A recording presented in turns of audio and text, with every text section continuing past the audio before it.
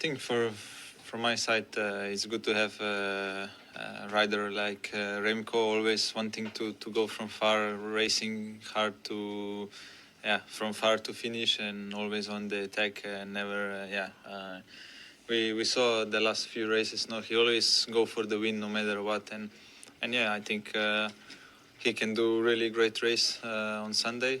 I think he's in good shape, and definitely a rider to look for his long range attacks, I think, and just not let him out of sight also for Sunday. And in terms of like the race, what it means for the fans, the status of the race, to have even more of the top riders all at the same race. I don't know. I think this question maybe organizer can answer better, but I for sure. To have Remco in Flanders for the race itself, for the fans, it's a good thing. Yeah.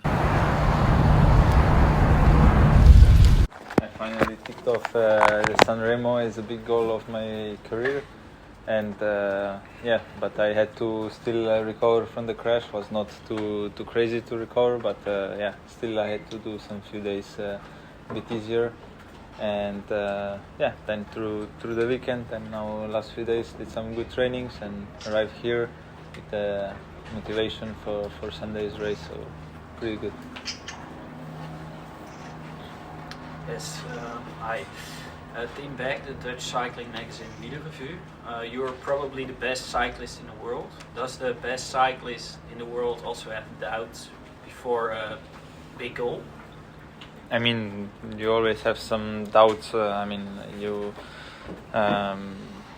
But doubts about what? No, you can doubt about yourself or about the others. You can have many doubts, but I think even for the best in the world, they always there is some sort of doubt of their performance, of others competitors, how good they are. So you always.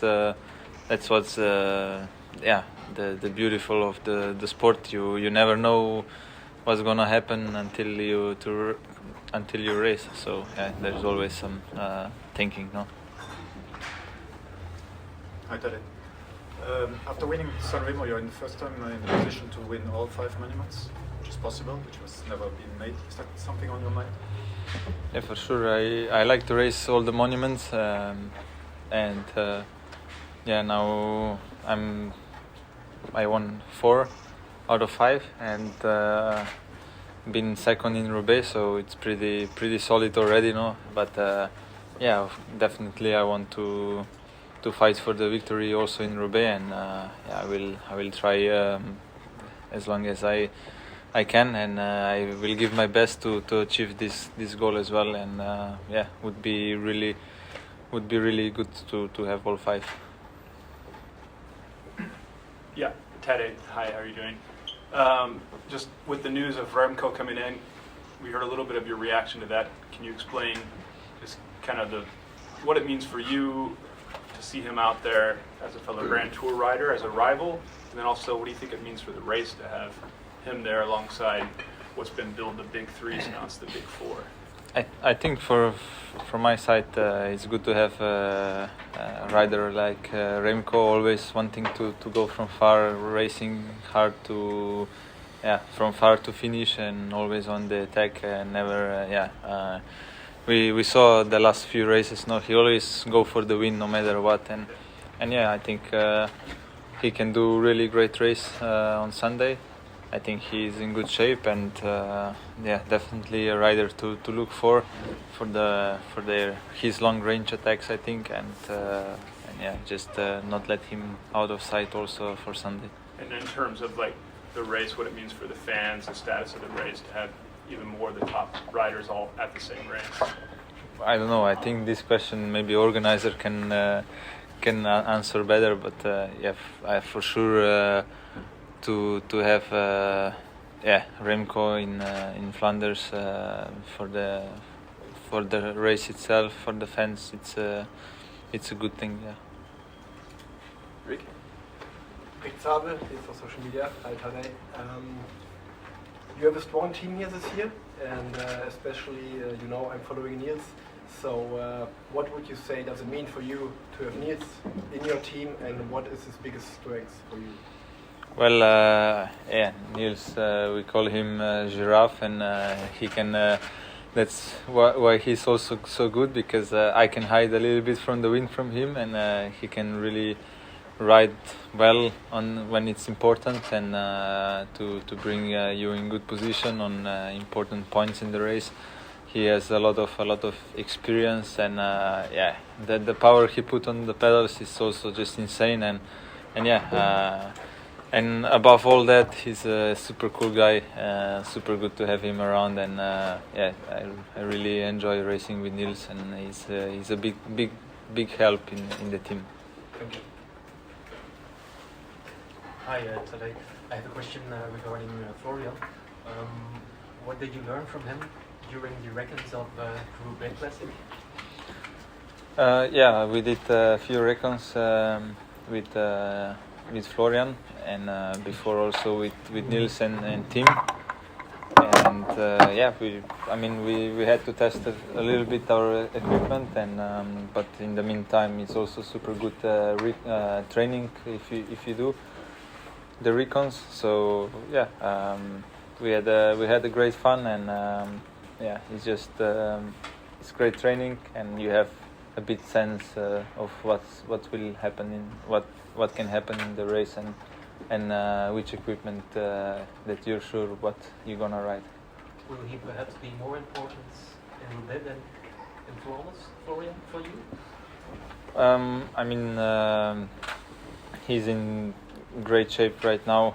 We all saw that he really he has a big engine, and yeah, I think for Flanders already last year he was big part in the team. Even he was in the crash and was chasing for like 40 kilometers to come back and then still give everything. So yeah, I think still here, if everything goes right, he can be there for the final as well in Flanders, as also in Roubaix.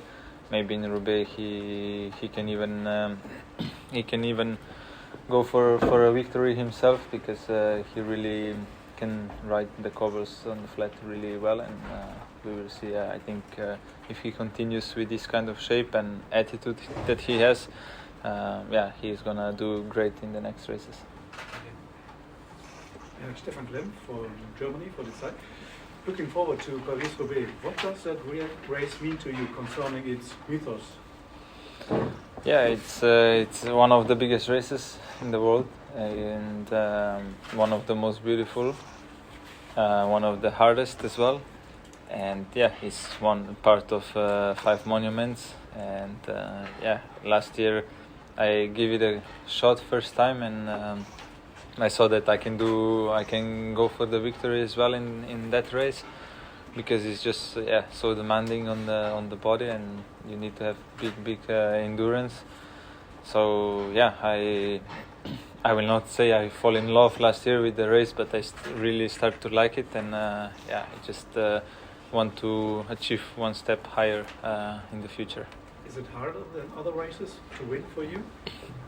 Yeah, I think yeah, now we can cross San Remo. Before it was San Remo the hardest to win, but now we can take this away, luckily.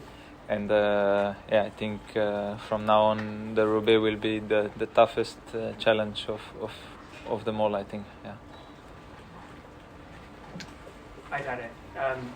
You spoke about how much San Remo means to you, and you spoke about how much Paris-Roubaix means to you, but how difficult has it been to reset psychologically for the race this weekend? You've won it before, it's sandwiched in the middle. Have you had to reset, refocus? Yeah, I think so. Yeah, because I don't have big program also with the races. I just now it's been every second week a race, so it's plenty time to reset and prepare for the next race. You don't have to worry about other races in between. So yeah, it gives a lot of time to readjust the training and to reset for the next goal. And on your race programme last year, at the end of Tour de France, you sat down at the end and you spoke about burnout and difficulties of the season.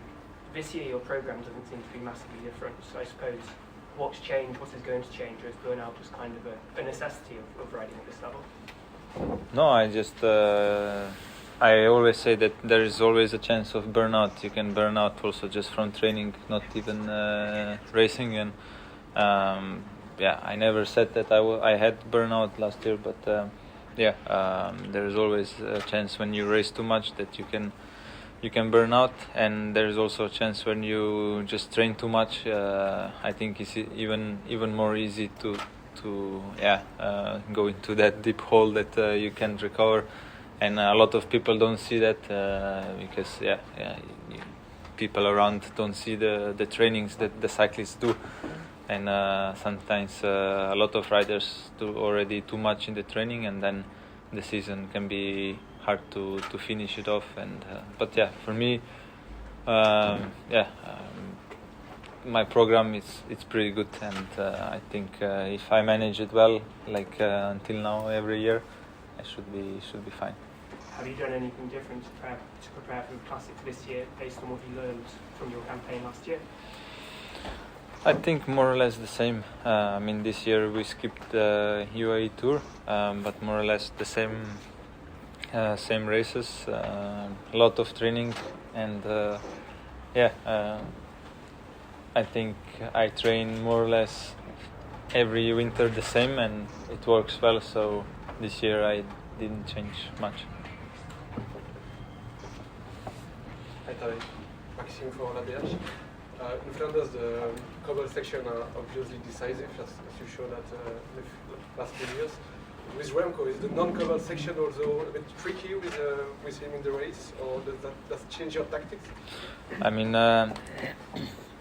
With Remco, you never know where he can go now, and he can attack in most random place, and you need to be also ready for that. And I think you can never let him go in the front with a couple of seconds, because it's almost impossible to catch him back because he's so fast. So I think Remco can attack on the most flat section of the race, and he can make a gap, and then it's difficult to bring him back.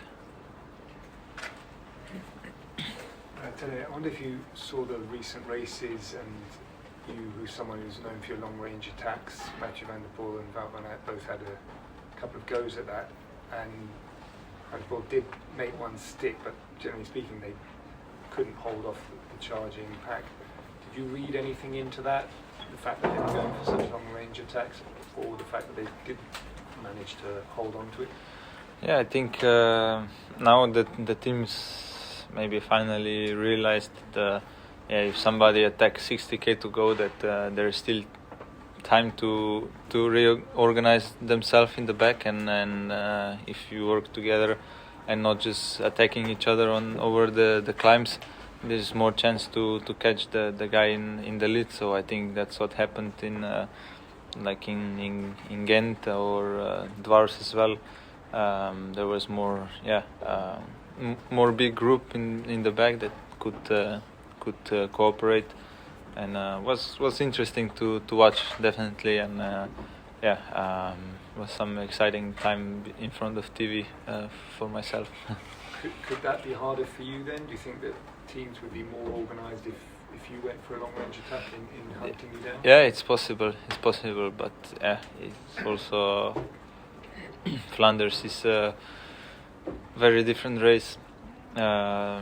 It's way longer and more demanding, so depends how you race it. But we will see. I don't bother too much. I'm not saying that I want to attack every race 50k or 60k to go, so maybe we'll see, no? Hi, Tadej. Could you explain how you prepare your body before classics? Do you gain some muscle or more weight? I do also some gym work, do some longer trainings, also some motor pacing, and some more explosive stuff. I mean, more explosive, more like VO2 max and stuff like this, and maybe not. It's not the same as you train for Grand Tour with maybe 3 days block of training, but maybe I like sometimes here between the races when it's just like 2 weeks you do one training, one day easier, one harder training again, and yeah, it's just a little bit different, but in the end it's up to rider how they feel and what they want to like, how they react to training, and what they like the best, because you always have to be comfortable with what you're doing on the training to also be good then in the race. What is your weight today? My weight, Yeah. of body weight. Yeah. Hey, it's yeah. Today in the morning it was 66. As usual. Good, no? Hi, Tadej. If you win the Roubaix, you will race it again in next year? I don't know. Next year is still far away, but yeah. Let's say I don't win, and I will still not promise that I come back next year. Maybe 1 year I want to do something different again. But definitely, even if I win, will not be my last time racing Roubaix. Like, probably, I don't know. Never say never. Alex? Tadej, do you feel liberated by the win in Sanremo? Is your mind lighter having won there?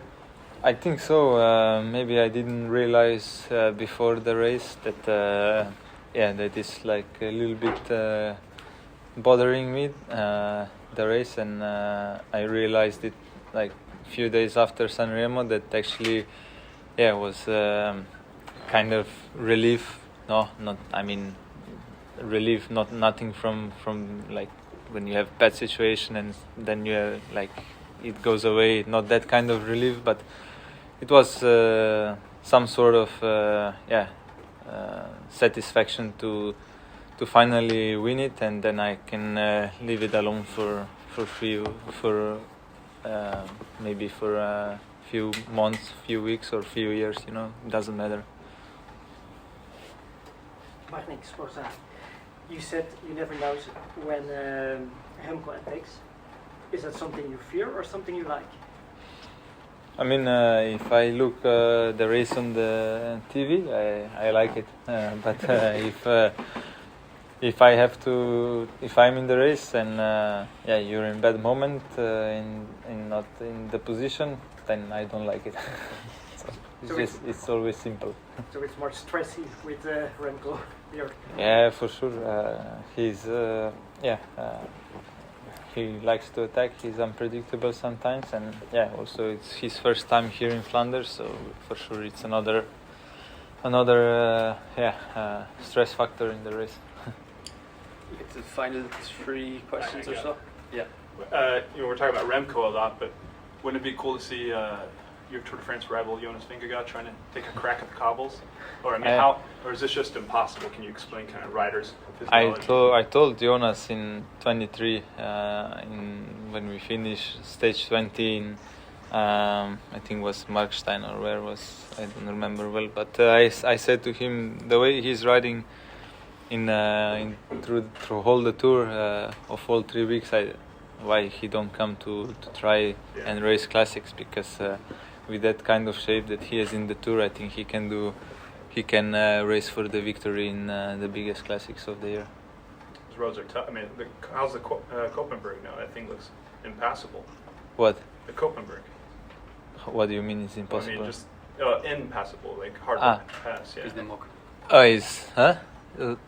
Today was nice. Yeah, today was okay. I mean, it's hard for you, the Grand Tour riders to get their little bodies over these. Yeah, I mean, but I think Koppenberg for us, if it's dry for climbers, it's no problem. Okay, if it's muddy, you need to have really good skills on the bike, and also maybe it's not the best to be the lightest. But okay, Koppenberg I think is the most suitable for the climbers because it's steep and you can get over easier. Are you excited about the adversity? Is it excited for you? Remco, Evenepoel, Van Aert, you? It didn't happen a lot in these classics. Yeah, I'm excited. It's a lot of competitors. Like Wout is really in good shape, I think now. Remco is always good, as Matthew also, and then we have also others like Mats Pedersen. I think coming out from the crash, from the injury, and he's showing that his form is going up, and I think. Yeah, it's gonna be a lot of strong guys on Sunday, so I'm looking forward. Yeah.